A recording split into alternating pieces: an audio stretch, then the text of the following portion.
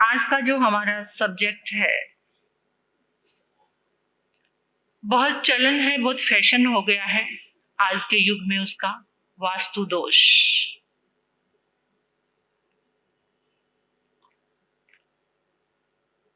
वास्तुशास्त्र को लेकर या वास्तु दोष को लेकर मार्केट में जगह जगह बहुत सारे वास्तुशास्त्री हैं जिन्हें आप घर पर बुलाते हैं और एक बार पांव रखकर वो आपके घर को देखते हैं तो बहुत बड़ी सारी फीस वो लेकर चले जाते हैं। फिर आपको बताते हैं कि ये दिशा ठीक नहीं है, यहाँ से इस दीवार को तोड़ दो, इसको ऐसे चेंज कर लो, तो आप वही करने के लिए तैयार हो जाते हैं। 10 लाख, 5 लाख, 15 लाख, उसकी तरफ कोई भी ध्यान नहीं जाता। जैसे ये वास्तु दोष, पहले इसका कुछ नाम भी नहीं था। वास्तु दोष किसको कहते हैं? कोई बता सकते? वास्तु दोष क्या है? नहीं पता? फिर भी आप सब उसी दौड़ में चल रहे हैं और पता नहीं है। वास्तु दोष किसको कहते हैं? नहीं पता। आज थोड़ी सी अपने मन में धर्म की श्रद्धा, मंत्रों की श्रद्धा, ये चीज अपने साथ लेकर जाना। कोई भी चीज तोड़ने की जरूरत नहीं है, कुछ भी चेंज करने की जरूरत नहीं है। इतना कुछ है हमारे पास, लेकिन विश्वास होना चाहिए। आपका विश्वास किससे है? जब पैसे खर्च करके जो चीज मिलती है उस पर विश्वास है, और मुफ्त में जो मिलती है उस पर विश्वास है? नहीं है। वही डॉक्टर सेम वैसे ही क्वालिफाइड एक चैरिटेबल ट्रस्ट का हॉस्पिटल चल रहा है, वहां पर है, और वही डॉक्टर अपोलो हॉस्पिटल में है, तो किस पर विश्वास है? क्यों? डिग्री, काबिलियत, सब कुछ तो सेम है। फिर मतलब जो नाम बिक रहा है उसी के साथ विश्वास जुड़ा हुआ है। ऐसा है, सबकी मानसिकता ऐसी ही है, और ये मानसिकता जब तक बदलेगी नहीं तब तक हम कुछ ठीक नहीं हो पाएंगे। वास्तु के नाम पर आजकल मार्केट में बहुत सारे चाइनीज चीजें आ गई हैं। कुछ लोग कहते हैं पिरामिड लगा लो, ये चीज रख लो, इस दिशा में ये रख लो, इस दिशा में ये कलर कर लो, है ना, उससे वास्तु दोष मिट जाएगा। और आप लोग सभी करने के लिए तैयार हैं। मैं कहती हूँ उन चीजों का ऐसी बात नहीं, जो यंत्र होते हैं उनका प्रभाव है, लेकिन कब है?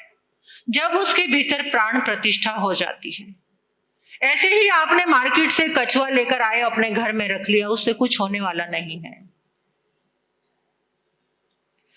जब तक आप उन चीजों में प्राण प्रतिष्ठा मंत्रों के द्वारा नहीं करते, तब तक वो चीजें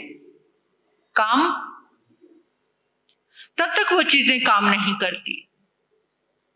तो सबसे पहले आज हमको ये सुनना है और ये जानना है।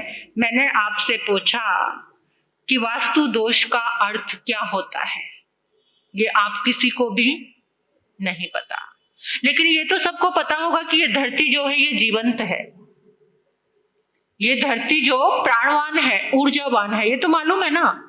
और वैसे भी जैन आगमन में तो आया है कि ये पृथ्वी काय, यानी इसमें प्राण है। काय, जहां पर काय आ गया वहां पर प्राण है। और धरती के अंदर क्या है? ग्रेविटेशन पावर है, गुरुत्वाकर्षण।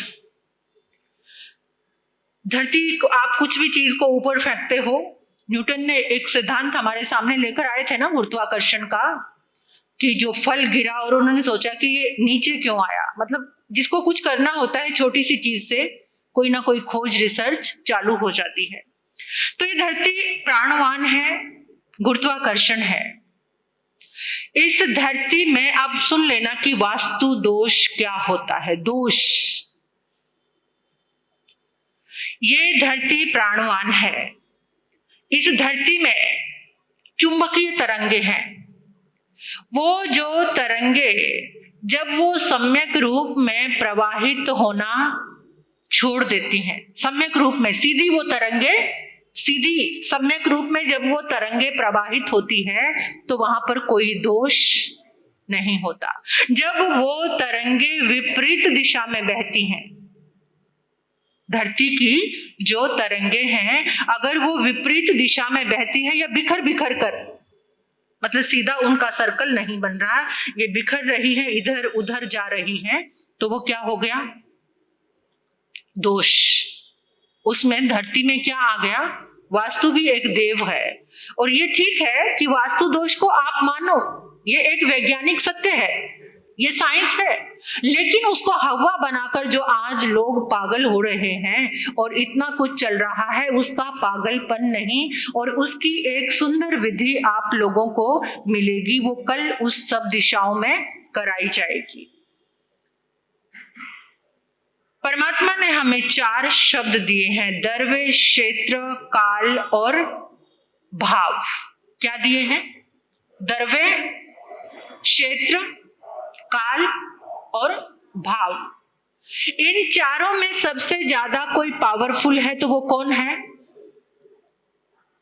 भाव।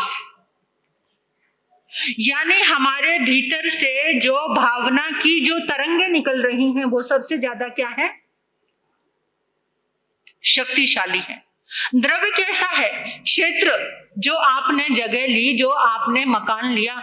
कभी कभार ऐसा कहते हैं 100 सालों से आपका मकान है, आपके दादा परदादा ने तो बहुत तरक्की की, लेकिन अब आपके समय आकर के आपके दिमाग में आ गया कि इसमें कोई वास्तु दोष आ गया है। जब आपके दादा रह रहे थे, आपके पिता रहे थे, तब तो कोई दोष था नहीं उसमें, उन्होंने बड़ा अच्छा व्यापार किया, और आज आपका व्यापार अच्छा नहीं है। कितनी जगह हमारा कर्म भी जुड़ा होता है उसके साथ, हमारे कर्म का उदय काल भी जुड़ा होता है उसके साथ, और सुखद संयोग तभी मिलते हैं जब आपका पुण्य उदय होता है। जब पुण्य उदय होता है ना, तो मिट्टी भी सोना बन जाती है, और जब पुण्य क्षीण होता है, मैं तो सिर्फ आप लोगों की मानसिकता जो आज की बनी हुई है उसको एक धर्म से कन्वर्ट करने वाली बात है, जो आज लोगों के भीतर में पागलपन आ गया है, वास्तु दोष, वास्तु दोष, वास्तु दोष। उसको हम सम्यक रूप से कैसे लेना, उसी का ये 2 दिन का शिविर मेरे मन का भाव था कि उस इन चीजों से हमें बाहर कैसे निकलना है। जब पुण्य सबाया होता है तो मिट्टी भी सोना बन जाती है, और जब पुण्य क्षीण होता है, पाप का उदय काल होता है, तो जो सोना भी हमारा 98 का चतुर्मास हाथरस में था।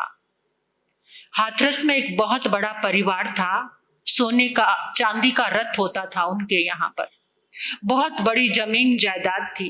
धीरे धीरे पुण्य क्षीण हुआ, पुण्य क्षीण हुआ तो सब कुछ खत्म, नॉर्मल हो गए वो लोग। थोड़ा सा घर, कुछ जमीन बची, उसमें से भी आधा बेच दिया उन्होंने। किसी ने बताया कि आपके पूर्वजों ने इस जमीन के नीचे बहुत सोने के कलश दबाए हुए हैं, सोने की मोहरों से दबे हुए हैं। अगर समय अब ऐसा आ गया है तो थोड़ा जमीन खोद कर देख लो, वो सोने के कलश निकल जाएंगे। उन्होंने वो जमीन खोदी, 4 कलश निकले, लेकिन सोने के नहीं, लोहे के, और उसमें राख निकली। जिसको वो जमीन बेची थी, जब उन्होंने देखा कि यहाँ कलश निकले हैं तो हमने भी तो ये जमीन खरीदी है, खोद के देख लेते हैं। जब उन्होंने खोदा तो वहां एक सोने का कलश निकला, और वो सोने की मोहरों से भरा हुआ था। उनका पुण्य क्षीण हुआ और सोना भी लोहा बन गया, और जो साथ वाले ने खरीदा उनका वैसे का वैसे था, तो वहां से क्या निकला? तो इस पुण्य को बरकरार रखने की साधना करो हमेशा। क्या? कि जो तुम्हारा पुण्य बरकरार रहे, और पुण्य जब बरकरार रहता है तो वो धर्म से ही रहता है, देव गुरु धर्म की आराधना से ही रहता है। वास्तु दोष आता कैसे है? वास्तु दोष कैसे आता है, पता है आपको? नहीं। वास्तु दोष का निर्माण करने वाले हम ही हैं, क्योंकि नेगेटिव तरंगों को पैदा करने वाले कौन हैं? हम ही हैं। हमारे अंदर से हर समय जो भी कुछ तरंगे निकल रही हैं, वो कहां पे जा रही हैं? कहां जा रही हैं? धरती में जा रही है, जहां आप घर में रह रहे हैं। अब आपको ये देखना है कि आपकी जीवन शैली क्या है। जिस घर में हर समय कलह कलेश रहता है, वहां अपने आप ही वास्तु दोष बनना शुरू हो जाएगा, क्योंकि लड़ाई की जो तरंगे हैं वो कहां जा रही हैं? जो कलह चल रहा है, कलेश चल रहा है, वो सारी तरंगे धरती खींच रही है, और वहां पर जो सम्यक ऊर्जा प्रवाहित थी, वो सम्यक ऊर्जा क्या हो गई? सारी नेगेटिविटी में बदल गई। तो हमारे अंदर से निकलने वाली जो भी तरंगे हैं, उसी से हमारे घर में क्या हो गया? दोष हमारे कारण। धर्म ध्यान तो होता नहीं घर में, सारा दिन भौतिकता का वातावरण है, विषय विकारों का वातावरण है, और ये विषय विकारों का वातावरण जो धरती की सारी सम्यक तरंगों को बदल रहा है।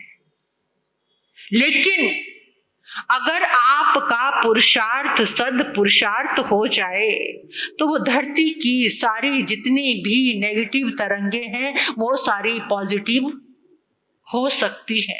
आपको किसी के पास जाने की जरूरत नहीं है। बेचारे जो वो लोग पिरामिड बेच रहे हैं, या फिर जो जिनकी शॉप है इन चीजों की, तो उनको दुनिया में सबसे ज्यादा अमीर होना चाहिए, है ना? इन चीजों में अगर हमारा विश्वास है, मैं कहती हूँ कि विश्वास करो, लेकिन उसके साथ साधना करो। वो चीजें आपके लिए फलदायी होंगी अगर आपका विश्वास है, लेकिन उसके साथ अगर आप साधना कर रहे हैं, तभी वो चीजें आपके लिए उपयोगी हो सकती हैं। कभी कभार एक ही जगह को सब लोग नकारते जाते हैं, उसको निग्लेक्ट कर करके बिल्कुल जीरो कर देते हैं। कितनी बार हम लोग साधु तो हर जगह जाते हैं। इंदौर से हम इधर दुलिया की तरफ आ रहे थे, रास्ते में कहीं रुके, तो वो अजैन थे, वो लोग बहुत बड़ी फैक्ट्री खरीदी हुई थी उन्होंने कहा महाराज साहब सबने इस जगह को निग्लेक्ट कर दिया था, और इसकी बिल्कुल वैल्यू जीरो जैसी हो गई थी। लेकिन मैंने हिम्मत की, मुझे विश्वास था कि जैसे ही जगह लूंगा सबसे पहले यहाँ मंदिर बनाऊंगा। कहते मैंने जैसे ही ये जगह ली, सब लोगों ने मुझे टोका कि बहुत सब लोग बर्बाद हो गए हैं जो 2-3 पहले के थे, तुम इस जगह को मत खरीदो। कहते मैंने कहा नहीं, मेरा खुद का विश्वास था, वो जगह खरीदी, वहां पे मंदिर बनाया, सबसे पहले वहां आरती पूजा करके फिर उसके बाद कुछ करना शुरू किया। तो धीरे धीरे वो जगह आज वो मतलब बिल्कुल ऑन रोड है, जीटी रोड पे। तो वो इतनी ज्यादा महंगी हो गई। वो कहता कि सब लोगों ने जिसको, और ये मेरे को कितनी फलदायी हुई है, सबने कहा था तुझे बहुत नुकसान होगा, तुझे बेचना पड़ेगा, तुझे ये करना पड़ेगा, परिवार में कुछ तकलीफ आ जाएगी। तो कभी कभार आप खुद भी उसको चेक कर सकते हो, खुद के कॉन्फिडेंस से भी।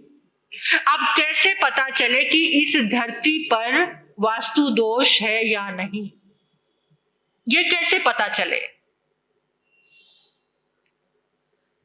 जब आप कभी कभार ऐसा होता है कि किसी जगह पर आप खड़े होते हो तो मन में खुशी ऐसा लगता है कि जैसे इस धरती पे आते ही एकदम मन में उत्साह और प्रकाश जैसा हो गया।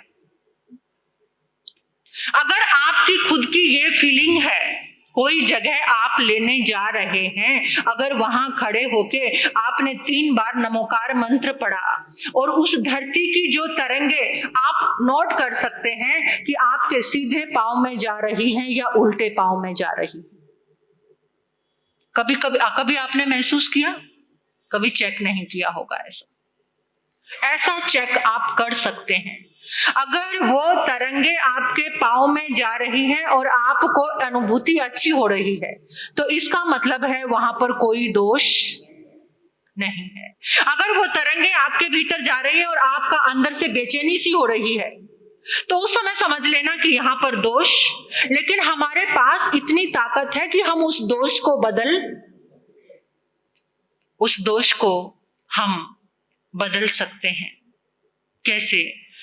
जिन शासन में हमारे आचार्यों ने, हमारे तीर्थंकर देवों ने ऐसी दिव्य साधना दी है, अरे कहीं खड़े होकर सिर्फ एक लोगस भी पढ़ लो तो सारे दोष। लेकिन विश्वास की भी तो बात है। अनंत अनंत पुण्य तीर्थंकर भगवान का होता है, अनंत पुण्यशाली, उसके बाद दुनिया में कोई पुण्य ही नहीं है। और ऐसे पुण्य पुरुष का नाम तुमने अगर वहां पर खड़े होकर ले लिया तो सारा दोष मिट सकता है। लेकिन विश्वास कहां पर है? विश्वास किसके साथ जुड़ा हुआ है?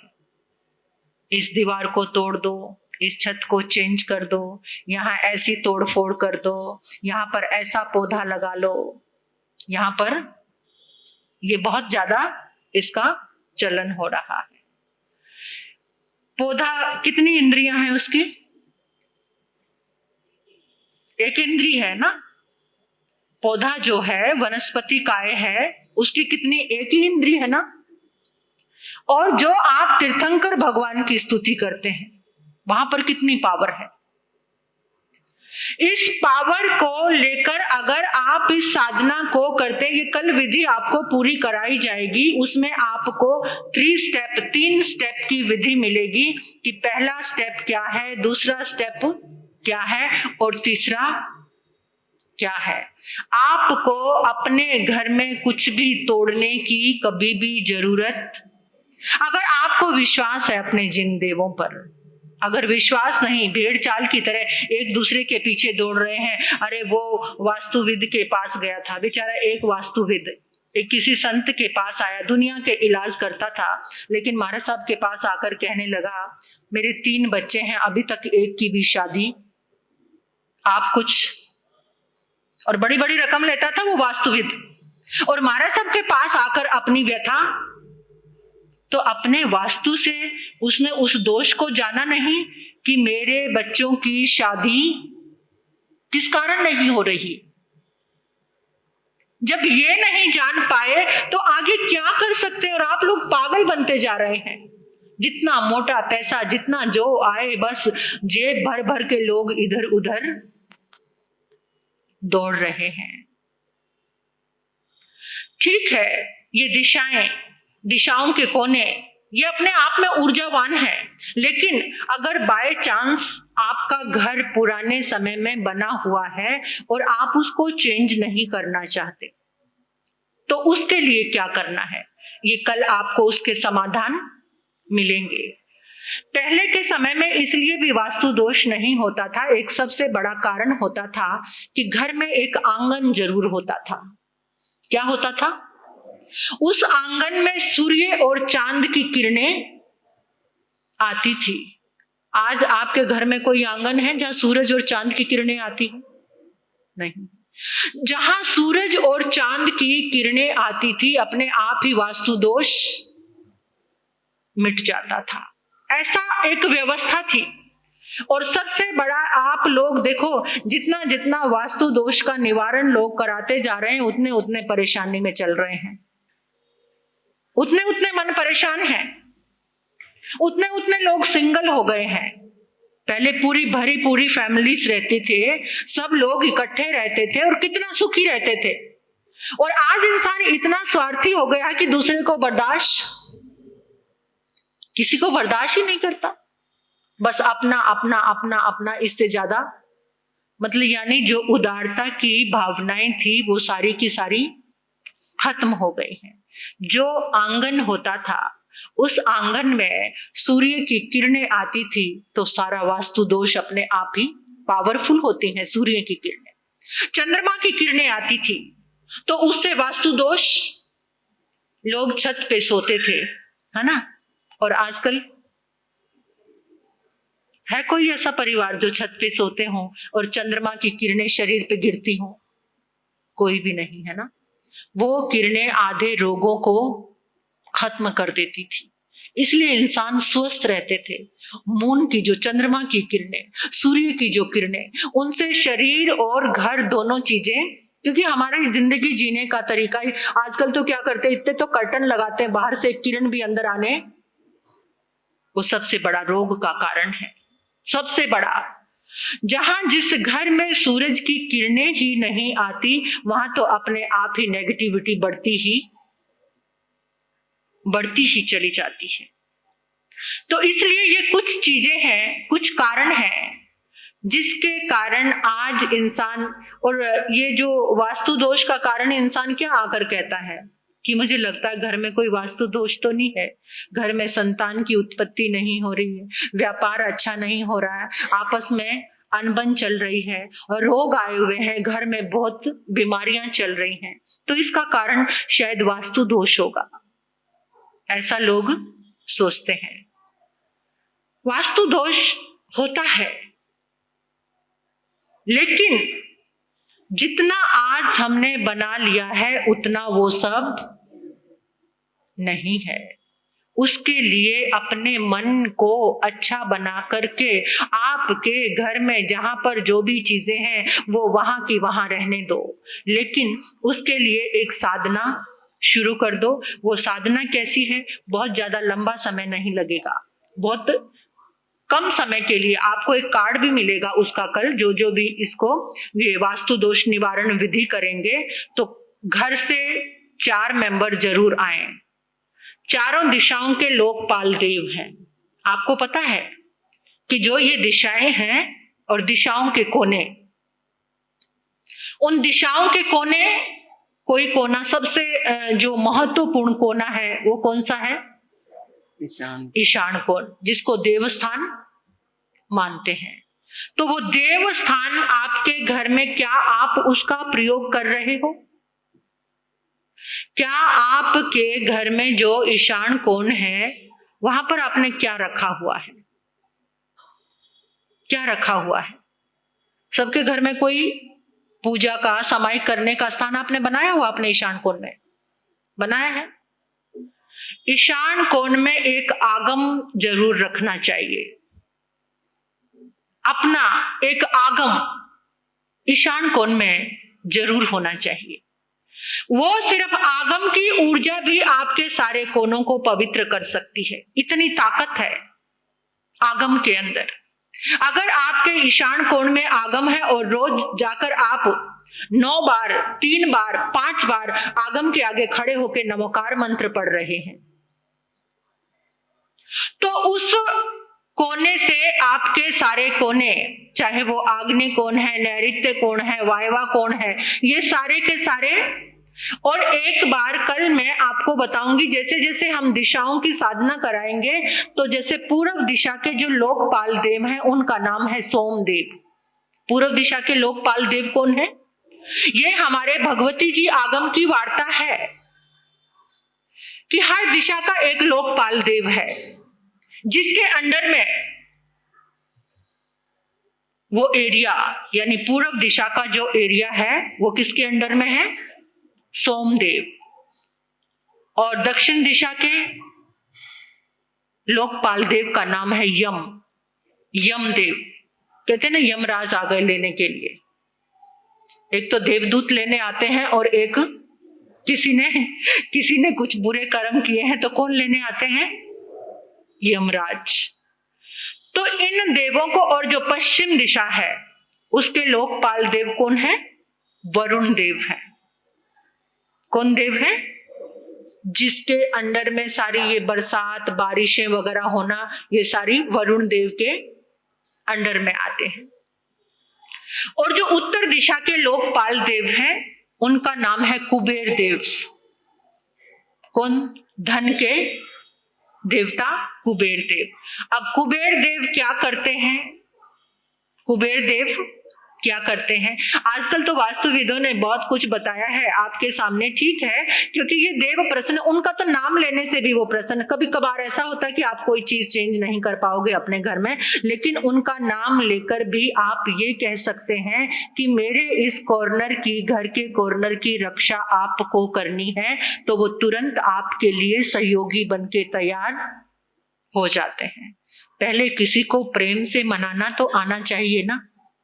पहले किसी को विनंती, प्रेम, निमंत्रण, आमंत्रण प्रेम का वो देना भी तो आना चाहिए, और फिर वो सारे कोनों को सुरक्षित कर देते हैं। तो ये कल बहुत सारी चीजें आपके समक्ष आएंगी।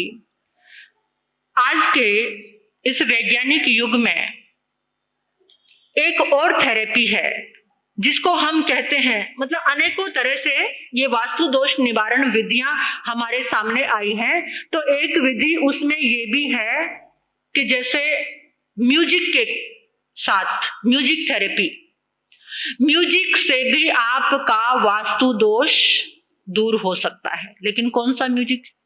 ये कान फाड़ने वाले पॉप म्यूजिक और कौन से उनसे कुछ होने वाला नहीं है। एक शास्त्रीय संगीत जिसके अंदर से, जिन मंत्रों से एक ऊर्जा निकलती है, तरंगे निकलती हैं।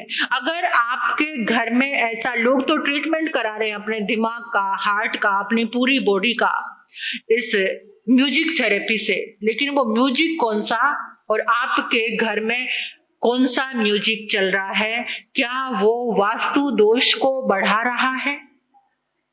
आपके घर में जो आजकल के बच्चे, कई बार देखते हैं ना कि धरती में भी कंपन होने लगता है, ऐसे म्यूजिक, हम भी रास्ते में विहार करते हैं तो कुछ ऐसे म्यूजिक होते हैं कि धरती भी कांपने, कंपन आता है।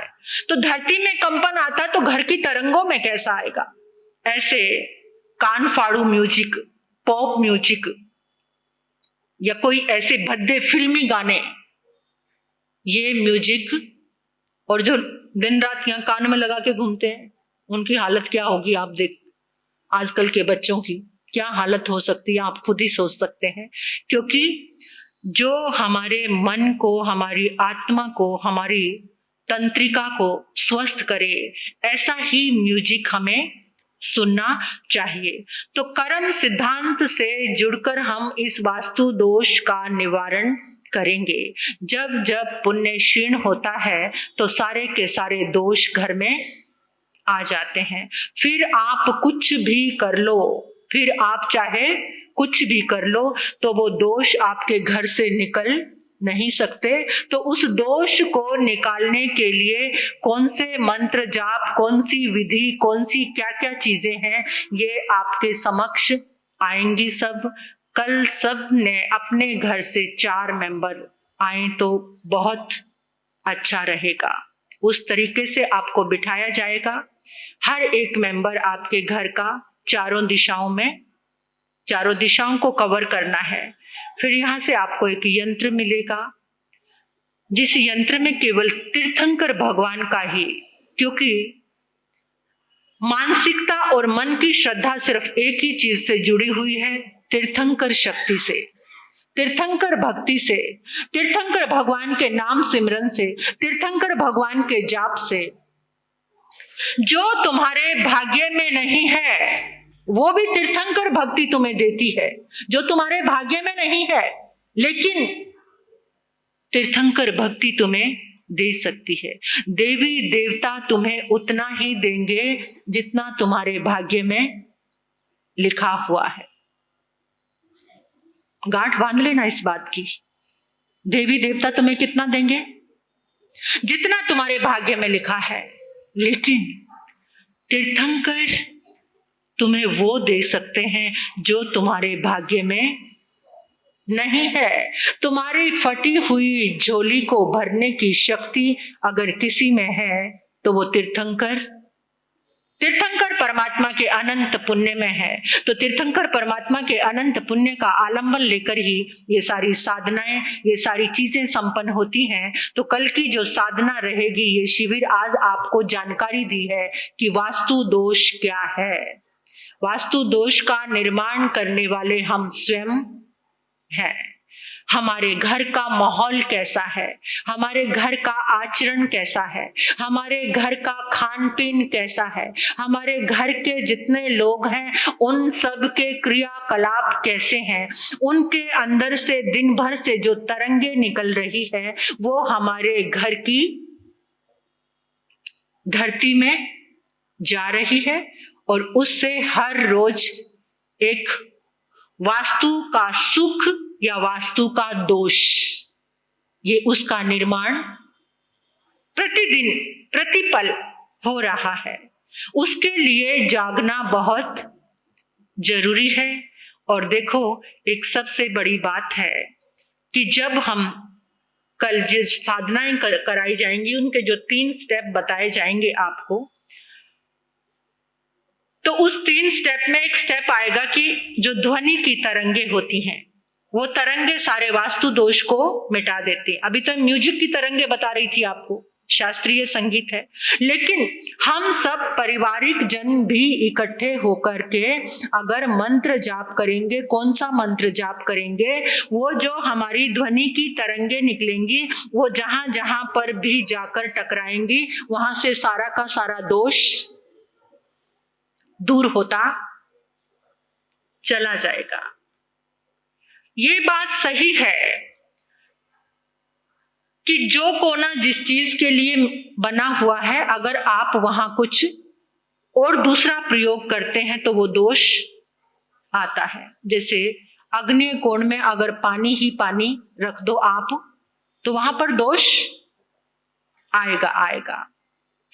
अब जो नैऋत्य कोण है वहां से कुछ सीढ़ियां या कुछ ऐसा वातावरण है वो भी आपको दोष दे सकता। वायव्य कोण है, वहां पर आप नीचे पानी का टैंक बना दिया, वो भी आपको दोष, मतलब ये कुछ दोष है। लेकिन फिर भी अगर अचानक आपके घर में ये सब हो गए हैं, ये सब हो चुके हैं, अगर आप उसकी ऊर्जा को सम्यक प्रवाह में बदलना चाहते हैं तो जिन शासन में, तीर्थंकर शक्ति में, भक्ति में, पुण्य में वो ताकत है कि आपकी हर चीज एज इट इज रहे और आपके घर में कोई दोष ना रहे। अपने तीर्थंकर भगवान पर विश्वास है आपको या नहीं? किसको किसको है? सबको है। बाहर इधर उधर पंडितों के पास कौन कौन जाते हैं? सच्ची सच्ची बता दो। पतली गली से छिप छिपाकर कौन कौन जाते हैं? सीधे चले जाते हैं। हाँ? सीधे चल जाते हैं, पतली गली क्या। कभी पता ना चले, कोई कहेगे अरे तुम तो जैन होकर भी ऐसा कर रहे हो। कौन कौन है जो ऐसा कर रहे हैं? उन्हें तीर्थंकर भगवान की शक्ति पर विश्वास नहीं है। इस दुनिया में सर्वश्रेष्ठ अनंत पुण्य के धारण करने वाले तीर्थंकर परमात्मा की आराधना छोड़कर आप जो भी कर रहे हैं, मैं ये नहीं कहती कि गलत है, लेकिन सम्यक नहीं है। इसलिए धरती में, अपने घर में, अपने बंगले में सम्यक प्रवाह के लिए आपको सम्यक आराधना करने की जरूरत है। उस जरूरत के लिए अपना विश्वास तीर्थंकर प्रभु से जोड़ लीजिए। कोई आपका बाल भी बांका नहीं कर सकता, किसी के अंदर ताकत नहीं है। एक लड़के ने अपनी मां से आकर पूछा, मां दुख क्या होता है? उसने अपनी मां से पूछा, मां सब कहते हैं सुख दुख सुख दुख, मैंने तो हमेशा सुख ही सुख देखा है, दुख क्या होता है? मां ने कहा, जा राजा के दरबार में चला जा, और राजा ने जो मुकुट पहना हुआ है ना, जाते ही कुछ न देखना, राजा के मुकुट पर हाथ डालना और मुकुट उतार कर नीचे जमीन में फेंक देना, फिर तुझे पता चल जाएगा कि दुख क्या होता है। अब वो लड़का कहने लगा कि मुझे दुख तो जरूर देखना है, आप जो कहती हो सो ठीक है। तो लड़का गया और सीधा जाके राजा का दरबार लगा हुआ था, एकदम भागा भागा जाता है और जाकर जहां राजा का सिंहासन था, सिंहासन के पास खड़ा होके आप देखा ना ताबड़तोड़ में ऐसे ही मुकुट खींचा और मंत्रीगण बैठे थे, ये कौन बदतमीज है, इसकी ऐसी जुर्रत, राजा के मुकुट पर हाथ डाला, पकड़ो इसे कठोर से कठोर सजा। इतने में वो देखते हैं कि जहां पर मुकुट गिरा है उस मुकुट के अंदर से सांप निकलकर जा रहा है। उसी समय राजा ने कहा, ये फरिश्ता कहां से आ गया, ये फरिश्ता कहां से आ गया, अभी ये सांप मुझे काट लेता और इसने आकर मुझे बचा लिया, इसका सत्कार करो, सम्मान करो, इसको अच्छे से अच्छा उपहार। अब इतना सारा उसको उपहार लेने क्या आया था, दुख लेने आया था। और मां के पास गया, मां तू तो कहती थी कि राजा का मुकुट गिरा के तुझे बहुत दुख मिलेगा, अब तेरा पुण्य ही इतना है तो मैं क्या कर सकती हूँ, तेरा पुण्य ही इतना है तो मैं क्या कर सकती हूँ, तो फिर बताना मां, मुझे दुख तो जरूर देखना है। तो फिर देख, अब तो ये मेरे पास अंतिम एक ही बात है, तू क्या करना, जहां पर राजा सिंहासन पर बैठे हैं ना, तो जाकर जोर से लात मारना, राजा के सिंहासन से राजा को गिरा देना, बस तुझे फिर इतना दुख मिलेगा, इतना दुख मिलेगा कि तू उसकी कल्पना नहीं कर सकता। उसने 2-4 दिन बाद गया, ऐसा ही किया, जाकर राजा के सिंहासन पर जोर से लात मारी, सिंहासन गिरा और राजा भी लुढ़क के, और पूरी सभा में खलबली मच गई, इतनी बदतमीजी करने वाला राजा को गिरा दिया। अभी जैसे ही वो लोग उसको पकड़ रहे थे तो इतने में जहां राजा का सिंहासन था वहां की दीवार गिर गई। क्या हो गया, वो दीवार गिर गई।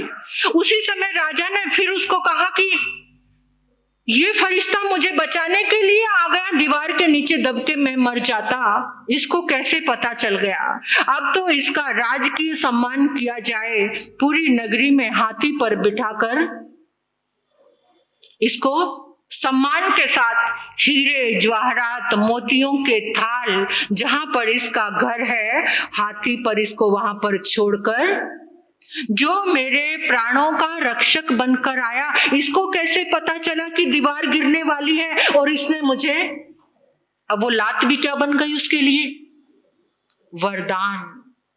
अब माँ के पास जब आया, माँ देख रही है और वो मुस्कुरा के कह रहा है, माँ बड़े वाला दुख लेने गया था और देख बड़े वाला, ये क्या है, ये पुण्य है। ऐसा पुण्य खिलता है तीर्थंकर भक्ति से, तीर्थंकर साधना से। पुण्य बरकरार अगर रखना है तो एकदम बिल्कुल डोले बिना, कंफ्यूज हुए बिना, शंका से रहित होकर तीर्थंकर भगवान की भक्ति से आप जुड़ जाइए, तो आपके जीवन में कोई भी दुख आने वाला नहीं है। तो कल साधना के लिए सभी तैयार रहेंगे। आज आपको परिचय दिया है, बताया है कि वास्तु दोष, लेकिन पता किसी को भी नहीं है कि दोष क्या है। हमारी ही ऊर्जा की जो वाइब्रेशन तरंगे धरती में जा रही है, वो जब नेगेटिव हो जाती हैं तो दोष आ जाता है। हमारे अंदर जब धर्म की तरंगे निकलती हैं, संभाव की, साधना की, तप की, संयम की, तो वो तरंगे हमारे घर में किसका निर्माण करती है, वास्तु सुख का निर्माण करती है। वो तरंगे सुखद होकर हमारे जीवन के लिए लाभकारी होती हैं। और कितनी बार ऐसा होता है कि आपका जो यानी बेडरूम होता है, बेडरूम में कभी भी आपको संगमरमर का पत्थर नहीं लगाना चाहिए। संगमरमर का पत्थर कभी भी बेडरूम में नहीं लगाना, क्योंकि वो बहुत जल्दी ऊर्जा को अपनी तरफ खींचता है। और अगर भोग की ऊर्जा वहीं पर बनी रहे, क्योंकि वो पत्थर की ऊर्जा कभी भी, इसलिए मंदिर और धर्म स्थान अक्सर किससे बनते थे? किससे? संगमरमर के पत्थर से, क्योंकि वहां पर जो ऊर्जा कायम रहेगी, उस ऊर्जा के ओरे में आने वाले लोग स्वस्थ रहेंगे, अच्छे रहेंगे, सुख में रहेंगे। तो इसलिए अपने जीवन को परमात्मा की ऊर्जा से जोड़कर आप सारे के सारे वास्तु दोष का निवारण कर सकते हैं। कल समय पर आप लोग आना, बिल्कुल समय पे शुरू हो जाएगा।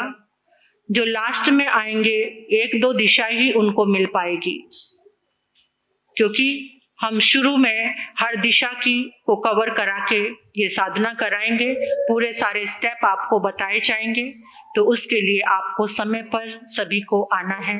अपने घर से 4 मेंबर जो लाइव सुनेंगे, वो भी अपने घर में ऐसा बैठकर कर सकते हैं। जो बाहर और हैदराबाद से बाहर कहीं भी सुन रहे हैं, कर रहे हैं, तो आप लोगों को तो सामने आकर इस ऊर्जा का प्रभाव मिलेगा। तो सभी को अपने समय पर आना है। पता चल गया? अभी आपसे कभी कोई पूछे कि वास्तु दोष क्या है, पता चल गया? चल गया पता क्या है? बता पाएंगे ना कि वास्तु दोष क्या है? धरती की तरंगे जब सम्यक रूप में प्रवाहित होना छोड़ देती हैं, नेगेटिव हो जाती हैं, विपरीत दिशा में बहने लग जाती हैं, तो वो क्या आ जाता है? दोष आ जाता है। ये बाहर के जो खिलौने हैं, क्या वो वास्तु दोष को मिटा सकते हैं? जब उनके अंदर मंत्र के द्वारा प्राण प्रतिष्ठा कर दी जाए, तो वो दोष को मिटाने में कामयाब हो सकते हैं, सहायक हो जाते हैं। वो सहाय हो जाते हैं। जैसे पिरामिड वगैरह, वो नुकीले होते हैं, ऊर्जा को खींचते हैं, यानी कौन सी? पॉजिटिव ऊर्जा को। लेकिन उनमें पहले मंत्र जाप आपने ऐसे ही लाकर रख दिया, उससे कुछ भी होगा नहीं। और अपने घर में जागरूक होकर कैसे आप इस दोष को मिटाकर सबके लिए सुखकारी, सुखद वातावरण उपस्थित कर सकते हैं, ये आप को कल पूर्णतः वो साधना मिलेगी।